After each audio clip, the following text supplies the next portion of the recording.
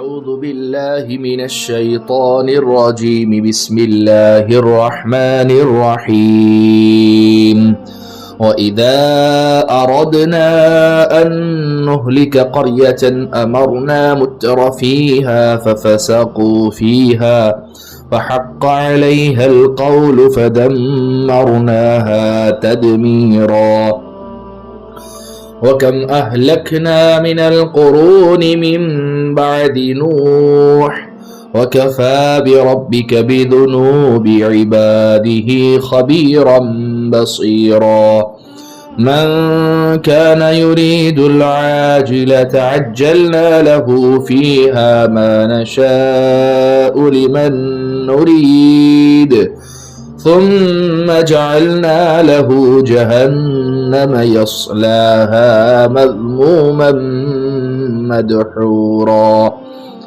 ومن أراد الآخرة وسعى لها سعيها وهو مؤمن فأولئك كان سعيهم مشكورا كلا نمد هؤلاء وهؤلاء من عطاء ربك وما كان عطاء ربك محظورا انظر كيف فضلنا بعضهم على بعض وللآخرة أكبر درجات وأكبر تفضيلا لا تجعل مع الله إلها آخر فتقعد مذموما مخذولا میرے عزیزو پیارو بزرگو اللہ کے رسول پر ایمان رکھنے والے میرے دین عظیم بھائیو، یہ 7 آیتیں جن کی تلاوت بھی اب حضرات کے سامنے کی گئی سورہ بنی اسرائیل کی دوسرے رکوع کی 7 آیتیں ہیں۔ ان آیات پر سورہ بنی اسرائیل کا دوسرا رکوع یہ مکمل بھی ہو رہا ہے، آیت نمبر 16، 17، 18، 19، 20، 21 اور 22۔ اس سے پہلے گزشتہ کل اس رکوع کی ابتدائی 5 آیتیں اس کی تفسیر خلاصہ نچوڑ آپ لوگوں کے سامنے رکھا تھا۔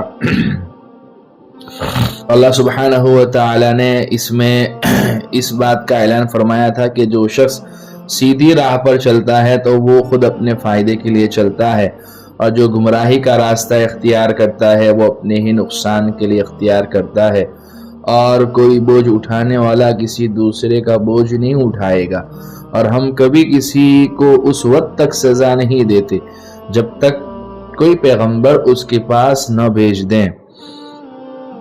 یہاں اللہ فرماتے ہیں ہم کسی بستی کو ہلاک کب کرتے ہیں، اور جب ہم کسی بستی کو ہلاک کرنے کا ارادہ کرتے ہیں وَإِذَا أَرَدْنَا أَن نُهْلِكَ قَرْيَةً أَمَرْنَا مُتْرَ فِيهَا فَفَسَقُوا فِيهَا فَحَقَّ عَلَيْهَا الْقَوْلُ فَدَمَّرْنَاهَا تَدْمِيرًا۔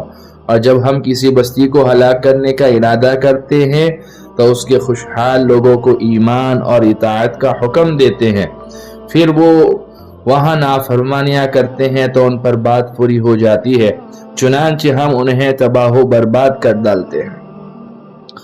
یعنی اللہ سبحانہ و تعالی نے حجت تام کر دی ہے نا، جتنی بھی قومیں گزری ہیں ان میں اللہ سبحانہ و تعالی نے ڈرانے والے، خوشخبری سنانے والے یعنی پیغمبروں کو اللہ سبحانہ و تعالی نے بھیجا ہے، اور ہر نبی نے آ کر اپنی امت کو، اپنی قوم کو بشارتیں بھی سنائی، اور ان کو جو ہے نافرمانی کرنے پر وہاں اللہ نے آخرت میں جو سزائیں مجرموں اور نافرمانوں کے لیے مقرر کر رکھی ہیں، اللہ سبحانہ و تعالیٰ کے پیغمبروں نے ان قوموں کو، ان امتوں کو جو ہے ان سے بھی ڈرایا۔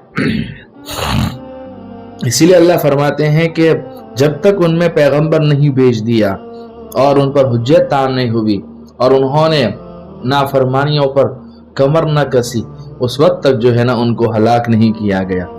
اور اللہ فرماتے ہیں یہ 1-2 قوم تھوڑی ہے، اور کتنی ہی نسلیں ہیں جو ہم نے نوح کے بعد ہلاک کی۔ سب سے پہلے جس قوم کو ہلاک کیا گیا وہ نوح علیہ السلام کی قوم تھی، پانی کا عذاب ان کے اوپر آیا، اور اللہ سبحانہ و تعالی نے جو ہے سورہ قصص میں اس کا تذکرہ کیا ہوا ہے نا، وَمِنْهُمْ مَنْ أَغْرَقْنَا وَمِنْهُمْ مَنْ أَخَذَتْهُ الصَّيْحَةُ وَمِنْهُمْ مَنْ خَسَفْنَا بِهِ الْأَرْضَ کہ کچھ لوگ ایسے تھے جن کو چنگار نے پکڑ لیا، کچھ لوگ ایسے تھے جن کو ہم نے دیبو دیا،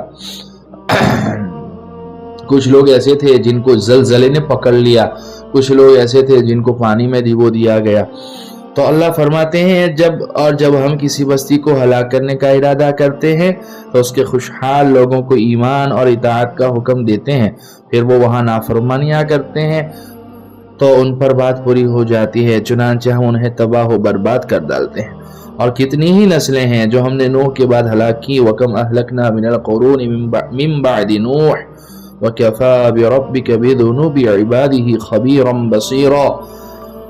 اور کتنی ہی نسلیں ہیں جو ہم نے نوح کے بعد ہلاک کی، اور تمہارا رب اپنے بندوں کے گناہوں سے پوری طرح باخبر ہے، سب کچھ دیکھ رہا ہے، کوئی چیز اللہ سبحانہ و تعالیٰ کی نظروں سے اوجھل نہیں ہے۔ اس لیے کہا نا کتنی بڑی نعمت ہے انسان کو تقوی کا مل جانا۔ تقوی کی ڈیفینیشن کیا ہے؟ اللہ سے شرم و حیا، اللہ کا ڈر، کوئی بھی کام کرے تو اللہ کی رضا کے لیے کرے، اور کوئی بھی گناہ سے بچے۔ تو جو ہے اللہ کی نافرمانی کرتے ہوئے اللہ نے جو سزائیں نافرمانی پر متعین کی ہوئی ہے اسے سامنے رکھتے ہوئے، اللہ کو سامنے رکھتے ہوئے جو ہے گناہ سے اپنے آپ کو بچائے۔ من كان يريد العاجلة عجلنا له فيها ما نشاء لمن نريد ثم جعلنا له جهنم يصلاها مذموما مدحورا۔ اللہ فرماتے ہیں جو شخص دنیا کے فوری فائدے ہی چاہتا ہے تو ہم جس کے لیے چاہتے ہیں، جیتنا چاہتے ہیں، اسے یہیں پر جلدی دے دیتے ہیں۔ یہ اس شخص کا ذکر ہے جس نے اپنی زندگی کا مقصد ہی دنیا کی بہتری کو بنا رکھا ہے۔ جیسے کچھ لوگ ہیں نا، ان کا مقصد ہی دنیا بنانا ہوتا ہے، اور آخرت پر یا تو ایمان نہیں ہوتا ہے یا اس کی کوئی فکر نہیں۔ جیسے بہت سے مسلمان، ہمارا خود کا بھی تو یہی حال ہے کہ دنیا بن جائے لیکن آخرت کی بنانے کی کوئی فکر نہیں، آخرت کی کوئی طلب نہیں۔ یہ دھوکہ دراصل ہمیں اس لیے لگ گیا، دنیا نقد ہے نا، کیش سامنے ہے، نظر آ رہی ہے، آخرت جو ہے کریڈٹ پر ہے نا، وہ نظر نہیں آ رہی۔ لیکن جب انسان کا آخری ٹائم ہوتا ہے اس وقت وہ عالم شروع ہو جاتا ہے۔ تو اللہ فرماتے ہیں کہ جو شخص دنیا کے فوری فائدے ہی چاہتا ہے تو ہم جس کے لیے چاہتے ہیں، جتنا چاہتے ہیں، اسے یہیں پر جلدی دے دیتے ہیں۔ تو یہ اس شخص کا ذکر ہے جس نے اپنی زندگی کا مقصد ہی دنیا کی بہتری کو بنا رکھا ہے، اور آخرت پر یا تو ایمان نہیں یا اس کی کوئی فکر نہیں۔ نیز اس قسم میں وہ شخص بھی داخل ہے جو کوئی نیکی کا کام دنیا کی دولت یا شہرت حاصل کرنے کے لیے کرتا ہے۔ اللہ ہماری اس سے حفاظت فرمائے۔ ریا، یہ جو ہے اللہ کے نبی علیہ السلام نے جو ہے دجال کے فتنے سے بچایا نا، اور ہر نبی نے اپنی امت کو دجال کے فتنے سے بچایا، اور اللہ کے نبی نے تو ساری علامات اور نشانیاں بھی بتلائی۔ دجال کے فتنے سے بھی بڑا فتنہ یہ ہے، اللہ ہماری اس سے حفاظت فرمائے۔ شرک خفی جس کو کہا گیا ہے کہ انسان جو ہے نا لوگوں کو دکھلانے کے لیے، لوگوں کی واہوائی بٹورنے کے لیے جو ہے کہ لوگ مجھے اچھا کہیں، لوگ مجھے اچھا عالم کہیں، لوگ مجھے اچھا قاری کہیں، لوگ کہیں کہ یہ تو کتنی لمبے لمبے سجدے کرتا ہے۔ تو اللہ کی رضا مطلوب نہ ہو، لوگوں کی واہواہی مطلوب ہو۔ اللہ جو ہے نا ہماری اس سے حفاظت فرماوے۔ تو اللہ سبحانہ و تعالیٰ فرماتے ہیں کہ اللہ تعالیٰ کو راضی کرنے کے لیے کوئی کام نہ کرے، بلکہ دنیا کی دولت یا شہرت حاصل کرنے کے لیے کرتا ہے۔ تو اللہ تعالیٰ فرماتے ہیں کہ ایسے لوگوں کو دنیا کی یہ فوائد ملنے کی بھی کوئی گارنٹی نہیں ہے، نہ اس بات کی گارنٹی ہے کہ جتنے فائدے وہ چاہ رہے ہیں وہ سب مل جائیں۔ البتہ ان میں سے جن کو ہم مناسب سمجھتے ہیں، جتنا مناسب سمجھتے ہیں دنیا میں دے دیتے ہیں، مگر آخرت میں ان کا انجام جہنم ہے۔ اس لیے فرمایا ثم جعلنا له جہنم، پھر اس کے لیے ہم نے جہنم رکھ چھوڑی ہے جس میں وہ ذلیل و خوار ہو کر داخل ہوگا۔ اللہ ہماری سے حفاظت فرمائے۔ ومن اراد الاخرۃ، اب اس کے مقابلے میں اگر کوئی شخص ایمان ہونے کی حالت میں آخرت کے لیے محنت کرتا ہے، جد و جہد کرتا ہے اور اس کو حاصل کرنے کی کوشش کرتا ہے، وہاں اللہ نے مطیع اور فرما بردار بندوں کے لیے جو نعمتیں تیار کر رکھی ہے، اس کی طلب میں جو ہے آخرت کی طرف دوڑ لگاتا ہے، تو اس کو کیا ملے گا؟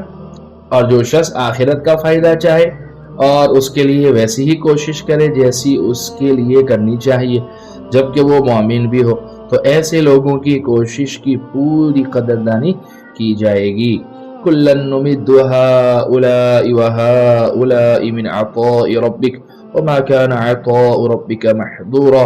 اے پیغمبر صلی اللہ علیہ وسلم، جہاں تک دنیا میں تمہارے رب کی عطا کا تعلق ہے ہم ان کو بھی اس سے نوازتے ہیں اور ان کو بھی، اور دنیا میں تمہارے رب کی عطا کسی کے لیے بند نہیں ہے. یہاں عطا سے مراد کیا ہے؟ دنیا کا رزق ہے، یعنی مومن و کافر اور متقی اور فاسق ہر شخص کو دنیا میں اللہ تعالیٰ رزق عطا فرماتے ہیں.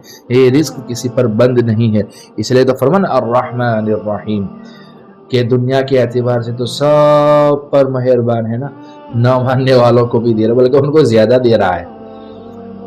اپنے ماننے والوں کو تھوڑا سا کم اس لیے دے رہا ہے کہ وہ اسی کی ہو کر نہ رہ جائیں، کیونکہ ان کی اصل پونجی تو آخرت ہے نا. وَالْعَاقِبَةُ لِلتَّقْوَىٰ، اور اللہ کے نبی کو کہا گیا نا وَلَلْآخِرَةُ خَيْرٌ وَأَبْقَىٰ، آخرت دنیا کے مقابلے میں بدر جہاں بہتر ہے اور باقی رہنے والی چیز ہے. بل تؤثرون الحیات الدنیا والآخرۃ خیر وابقیٰ، تمہاری حالت تو یہ ہے کہ تم دنیاوی زندگی کو ترجیح دیتے ہو کہ دنیا میں میرے پاس گاڑی ہو، بنگلہ ہو، سیکیورٹی ہو، فل پروٹوکول ہو، اور عزت ہو، دولت ہو، شہرت ہو، سب کچھ ہو. حالانکہ والآخرۃ خیر وابقیٰ، آخرت بہتر بھی ہے، باقی رہنے والی چیز ہے. ان ھذا لفی الصحف الأولیٰ، اللہ آگے فرماتے ہیں یہ مضمون پہلی جتنی بھی آسمانی کتابیں اور صحیفے تھے اس میں بھی تھا، یعنی موسیٰ علیہ السلام کے صحیفے، ابراہیم علیہ السلام کے صحیفے، صحف ابراہیم و موسیٰ، ابراہیم علیہ السلام اور موسیٰ علیہ السلام کے صحیفے.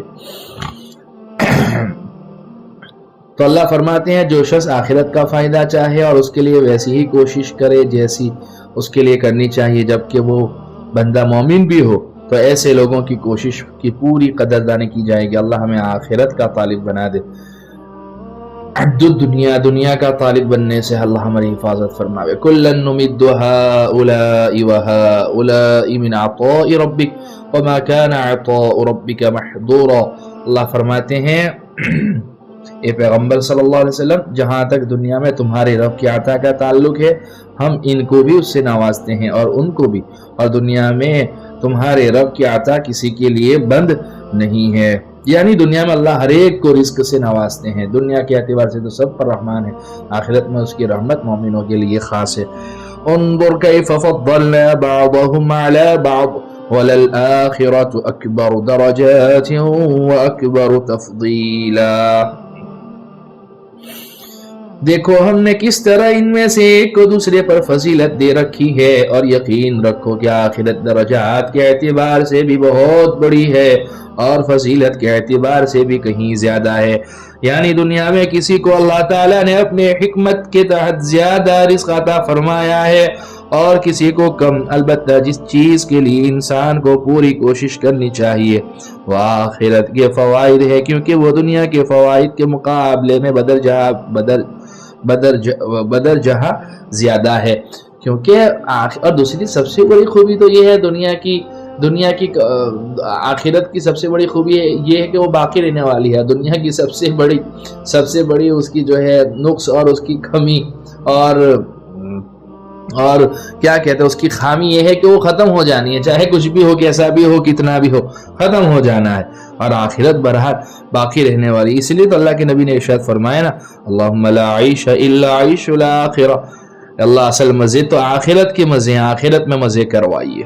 لا تجعل مع اللہ الہا آخر فتقعد مذموما مخذولا، اللہ کے ساتھ کسی اور کو معبود نہ بناؤ ورنہ تم جو ہے قابل ملامت اور بے یار و مددگار ہو کر بیٹھے رہو گے. دیکھو آیت نمبر 19 میں فرمایا گیا تھا کہ آخرت کی بھلائی حاصل کرنے کے لیے بندے کو ویسی ہی کوشش کرنی چاہیے، ہے نا، جیسی کرنی چاہیے. ومن اراد الآخرہ، اس سے اللہ تعالیٰ کے احکام کی اطاعت کی طرف اشارہ تھا. اب یہاں سے ایسے کچھ احکام کی تفصیل بیان فرمائی جا رہی ہے جس کو سب سے پہلے توحید کے حکم سے شروع کیا گیا ہے، کیونکہ اس کے بغیر کوئی عمل مقبول نہیں ہوتا.